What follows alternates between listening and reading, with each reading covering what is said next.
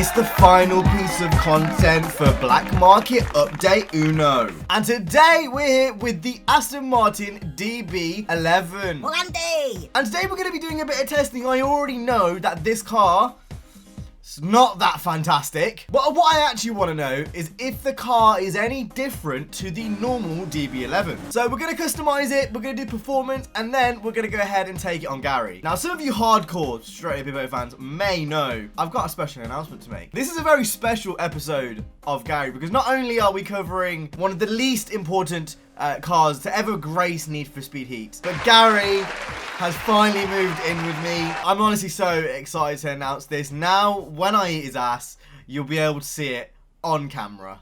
Oh, Gary, please. He knows what got on. He knows what got on. The thing is, I bought this. £10 this cost me to make that joke. And it's not even like I can put it anywhere for the rest of this video. So what we're going to do, he's going to Overwatch, you know, Overwatch, gaming. Oh, you can't even see him. What a waste of £10. So I've done absolutely none of this progression thread. If you watched one of the videos I did the other day, you would have known that I haven't even, like, I only picked it up before the start of today's video. But I imagine all the customization, there's obviously some locked behind progression. I think it's awfully nice anyway. We'll look through it quickly though. There is a few little bits and bobs. I like that, you know. That kind of gives it a little bit of a DB9 look. I'm all about the heritage. I'm all about the heritage. You know, it's an Aston. It's cool, smart, sophisticated, Mr. James Bond car. Isn't that right, Gary? He loves it. He absolutely loves it. Can we put the roof up? Yo, anyone who actually puts the roof up in this is a... There actually is a few nice parts of this. I'm quite pleasantly surprised. Not many. Carbon exhaust. Yeah, man. If James Bond was here, he'd be like, oh, baby. And then he'd probably shoot me. I never do this, but those yellow calipers look absolutely grim. Now, you're probably thinking that looks quite odd. It does look quite odd. I've not lowered it yet. So we're going to go ahead and poof. Oh, it still looks like it can go a little bit lower, though. Look at my alter ego bending his back. In all honesty, I did kind of want it to dip a little bit more, but that'll be all right for now. Not like I'm going to be using this car anyway because it's trash. Has this been a complete waste of time? I'll carry on watching to find out. Boom! Right, that's that done. I'm assuming that if I put the engine in this, then I can do an instant swap straight to the normal DB11, which I have bought, and it is over here. Anyway, let's go ahead and do the performance customization then. So this normal DB11 is 249. We come over here to the one we're actually using today. It's 210. So it's actually a bit slower stock, which I guess makes sense because it's a convertible. It's Need for Speed, so I'm not really like putting that much thought into it. I've heard that the fastest engine in this is the V6, which we can't afford. Absolutely fantastic. Please donate to me. I need the money. I haven't got any money. Please, anyone, give me money. I need to make this video for money, please. These are some real broke boy hours. Like, you ever seen a YouTuber do this on a video? Definitely not. The thing is as well, with like the fact I've got no money, I literally did the whole of the McLaren F1 thread, the whole of it, and it didn't even give me 1 million. Like, the whole thing didn't give me 1 million. So it just gets up to 400 plus when you put the clutch in. Without the clutch, it's 393. So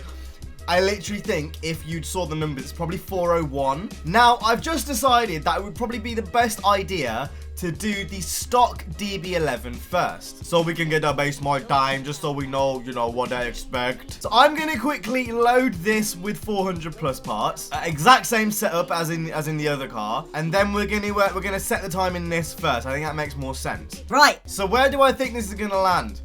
If I was a betting man and I had 2 brain cells, I'm going to say pre-patch Beetle GT2 RS. That prediction is for the normal DB11. Where the drop top one's going to be, your guess is as good as mine. Was the free DLC a complete waste of time? So I did drive the other DB11 just a little bit. Oh, this is bad. This is really, really bad. It's a boat on wheels. Oh my god. A little body is a little chubby. A little chubby. I'm all about body equality and positivity in it, so we're not doing that here today. This is actually easier to drive because of how much slower it is. Does that mean he's gonna get a good time? I don't know about that one, Chief. Yeah. Oh, for fuck. I do think it says a lot. You know, the car EA added being the McLaren F1. I made 2 videos about it already. You should go check it out. Being the second fastest car in the game, and the free one they've added being one of the slowest. Oh my lord. I think that says a lot. about, you know, how they value free DLC and how they value paid DLC. The F1 is most certainly not pay to win, but it's 100% not ethical in any way, shape or form. You know, the fact that the paid car, which is £4, is the only car that can actually compete with the RSR, other than maybe the F40 in some degree. Ethical Hippo, you never thought you'd see him ever. I haven't even got any memes for this car. It's that boring. You know, if it was an American, like, there's a lot of jokes to make about Americans. You're a very weird specimen of human. And I mean that with love. I actually like the DB11 in real life. It's actually a really nice car. I feel like I'm driving a 300 car, not a 400 plus car. I saw someone comment the other day, like, don't nerf the RSR, just make everything faster. Surely everything needs to be slowed down, because that's how you get all the clipping issues and stuff. Hold this blunt dough, hold this blunt dough, hold this blunt dough. I swear my controller just disconnected then. Morty. Okay. What does Volante mean?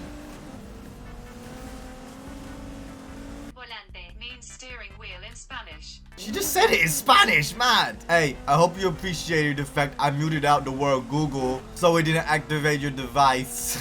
The convertible version of this car means DB11 steering wheel. Hey, it's a rough transformation. It's a rough transformation. Oh, Miska Muski! 106. Oh my god. To put that in context for all you pretty boys. I think the F1 did a 101 on the first lap.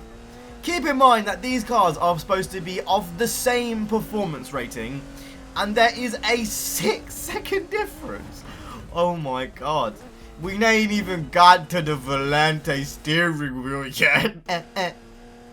Wah, wah, wah, wah. Wah, wah, wah, wah. Wah, wah, wah. Right, so we are coming down the back straight into Sandy. Where is this going to land? Well, it's already looking at a red time. This is going to be one of the slowest cars we've ever had around this track. 308. Is that the slowest car we've ever had? That is the slowest car we have ever had around Gary. Right, well, let's get into the other one then. Right, well, can the DB11 steering wheel with the forged 3.8 litre V6 be any better? I think this is going to be slower. I think this is going to be a 309/10. Yo, the clickbait titles are all coming to my head now. DB11, slowest car around Gary. Was the DB11 a complete waste of time? Ain't even gonna be playing that hard D&B. We're gonna be playing like The Wii music, it's a banger, bro. It's a banger. A Volante. Now, yeah, this should really be worse than the normal DB11. Whether it's actually gonna be, I don't know. It's definitely a lot easier to handle. Some of you guys also picked up on the fact that the McLaren F1 can't actually reach the top speed that the car's famous for breaking in the 90s. I thought that was quite funny. And Musk, oh my god, I took that corner in slow-mo. 107. No, it's actually, it might be slower. Bruh. I've got nothing to say about this car, other than it's actually insanely bad. We're taking Big Bob and we are slowing down. Like, it's like Big Bob's running through the corner. You do it faster. Hey, at least he's getting his hair wet. Look, he's getting his hair wet. Oh my god, I don't know how I made that then. Right, so by now the RSR and the McLaren would have finished. Oh my god, would have finished their lap by now. The F40 would have finished their lap by now. The 2000 GTR would have finished their lap by now. Let me get a bro in the chat, please. Oh, this is actually ridiculous. 313.